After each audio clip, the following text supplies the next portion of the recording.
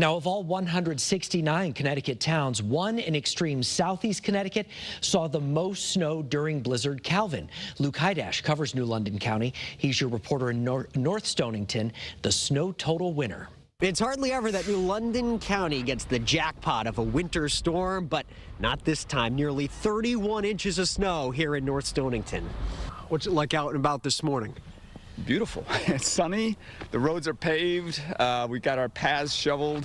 The heavy lifting's done. Tristram Corton says let Mother Nature clean up her own mess. He's glad to be on the other side of Blizzard Calvin. Patrick Cullen and his dog, too.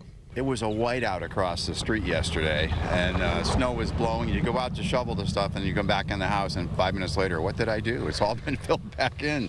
Stout is from Ireland. First time he's seen snow like this, first time in a while for Patrick, especially in North Stonington, a place not hit this hard too often. Loves the snow, and I'm sure he didn't see this in Ireland for sure. Well, not only is there over 30 inches of snow here, but you got some crazy snow drifts to deal with, too. That makes things even worse. And if you haven't done off your car yet, oh boy, good luck. I'm surprised they were even going to come.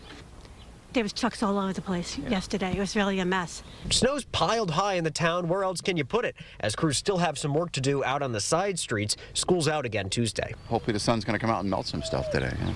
Your reporter in North Stonington, Luke Hydash, Channel 3 Eyewitness News. And just a reminder, make sure you have our First Alert weather app before the next storm hits so you can be ready to go. Take that camera iPhone right now, scan the QR code on the screen. It'll get you going. It's also free to download in the App Store, and you can also sign up for alerts as well.